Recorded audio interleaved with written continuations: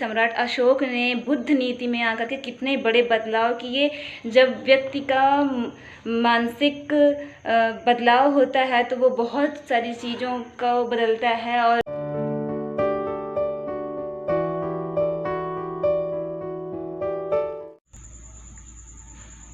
यहाँ देखो आप, इंसान तो इंसान, जानवर भी वैसे हैं कि जब कोई अकेले कहीं रहता है, वहाँ दूसरा कोई आ जाता है तो दूसरे को भगाने में ही लग जाता है। यहाँ पे देखो बड़ी वाली मछली है, वो छोटियों को जो है भगा रही है, मतलब खाने को जा रही। देखो ध्यान से देखिएगा आप,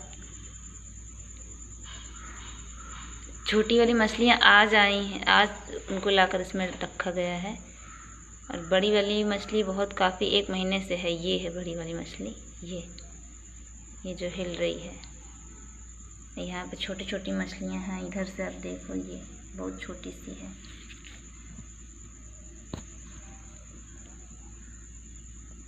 ये देखो बड़ी मछली उसको मार रही है, काटने को दौड़ रही है।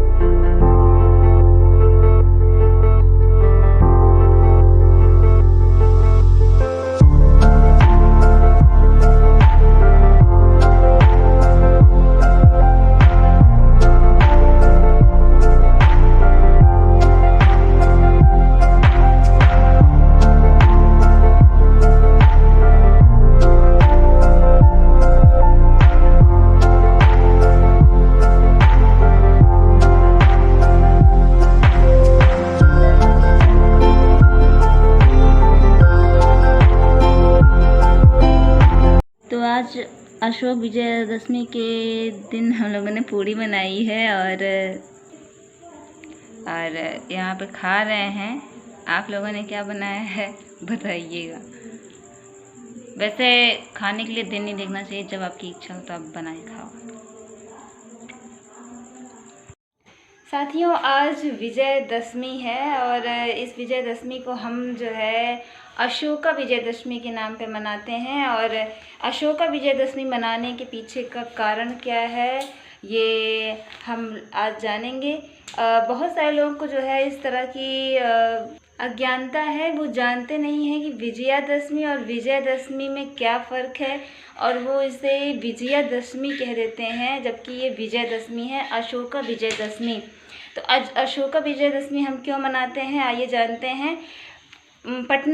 पटना में सोन और गंगा नदी के किनारे तट पर एक पाटलिपुत्र नाम का शहर है, जो कि मगध की राजधानी हुआ करती थी। इस राजधानी को अजातशत्रु ने बनाया था। यहाँ के राजा बिंदुसार थे। बिंदुसार के 2 पुत्र थे, एक सुमन और एक अशोक, जो कि यही अशोक हैं। बाद में इनको वहाँ की राज सिंहासन मिलता है और वहाँ के राजा बन जाते हैं। और अशोक की 2 रानियाँ थीं। एक रानी थी देवी, दूसरी रानी थी कारुवाकी।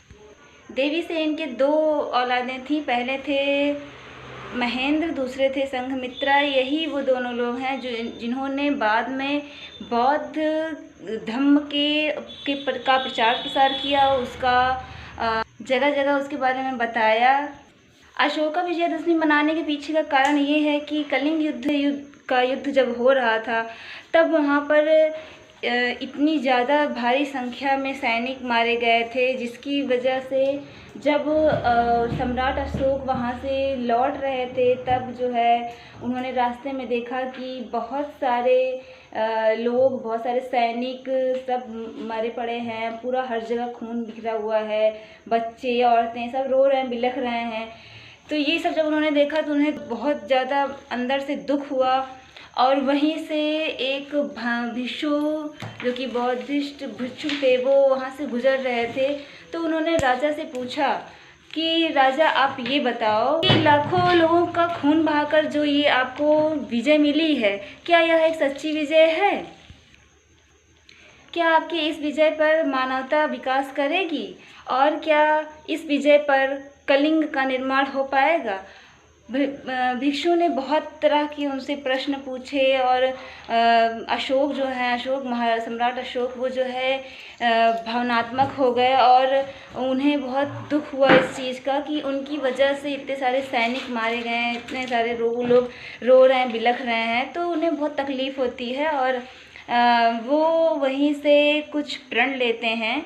भिक्षु उन्हें समझाते हैं, कहते हैं कि जो साम्राज्य तलवार की नोक पे बनाई जाती है वह कभी भी ज़्यादा दिन तक याद नहीं रहती, बनी हुई नहीं रहती है, वह एक ना एक दिन नष्ट हो जाती है। आपको यदि महाराजा बने रहना है, आपको अपने सपनों को साकार करना है, तो आपको हिंसा का रास्ता छोड़ करके आपको प्रेम का रास्ता अपनाना पड़ेगा। तब जा कर के आपका जो साम्राज्य बनेगा वो ना कि सिर्फ कुछ समय तक बल्कि युगों युगों तक याद रखा जाएगा और एक पहचान बन जाएगी कि एक राजा था, उसने हिंसा को छोड़ करके प्रेम को अपनाया और ये आपकी पहचान बनेगी, ये आगे चल के आगे की पीढ़ी आपको जानेगी।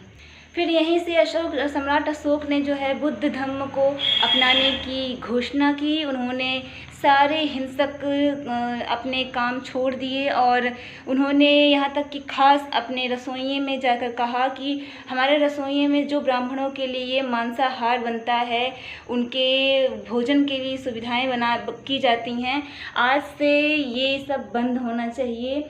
और जो भी जानवर को जो है की बलि दी जाती थी और उनको ब्राह्मणों के भोज के लिए इस्तेमाल किया जाता था, आज से ये सब बंद होगा। मैं भी मांसाहार छोड़ रहा हूँ और कहीं पर भी किसी भी पशु और जीव जंतु पर किसी भी तरह का अत्याचार नहीं होगा, उनके जीवन के ऊपर कुछ भी ऐसा नहीं होगा। और यहाँ तक कि सम्राट अशोक ने मनुष्य और जीव जंतु की सुरक्षा के लिए, उनके स्वास्थ्य के लिए उन्होंने अस्पताल खोले। आपको पता है उस समय का पहला अस्पताल सम्राट अशोक ने ही खुलवाया और वहाँ पे सभी गरीब और जीव जंतु का इलाज होता था।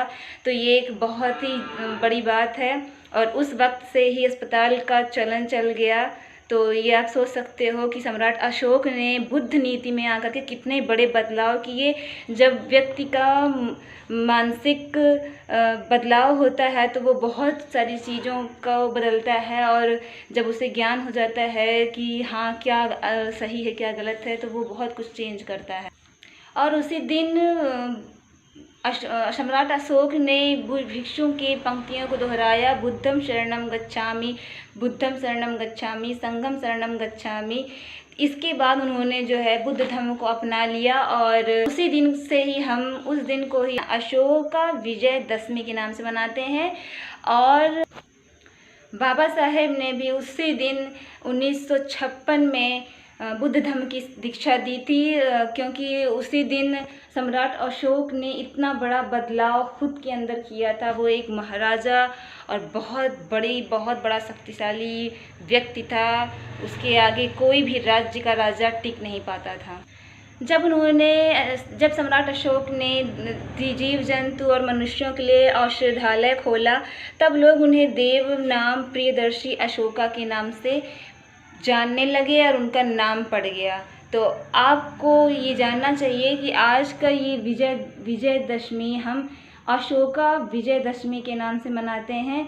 तो आप हमारे वीडियो को देखते रहें, आप लाइक करते रहें, शेयर करते रहें और सबसे ज़रूरी बात आप कमेंट करना बिल्कुल ना भूलें, क्योंकि जब आप कमेंट करते हो तो आप अपनी प्रतिक्रिया साझा करते हो, मुझे ये पता चलता है कि आप क्या सोचते हो, आपके क्या विचार हैं।